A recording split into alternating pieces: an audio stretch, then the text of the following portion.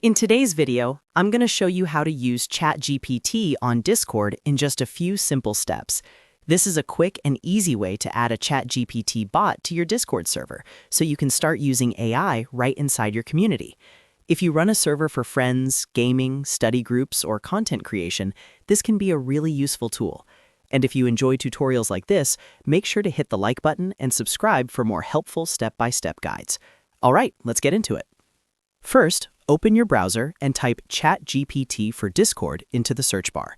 You'll see a few results, but look for the one that says ChatGPT bot Discord bots. Click on that result to open the bot page. This is the page where you can connect the bot to your Discord server. Once the page opens, you'll usually see an option to add the bot to your server. Click on the button to continue.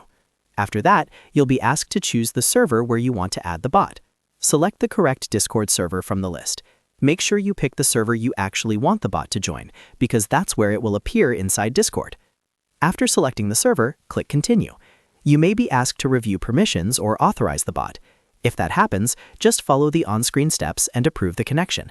This allows the bot to join your server and start working. Now go to Discord and open the server you selected. After a moment, the bot will show up in the server, usually in the member list or in the chat if it sends a welcome message.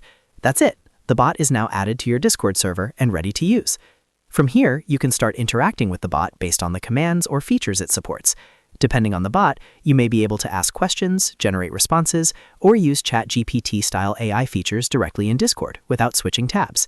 And that's how to use ChatGPT on Discord.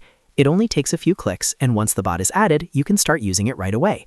If this tutorial helped, don't forget to like the video, subscribe to the channel, and turn on notifications so you never miss the next guide.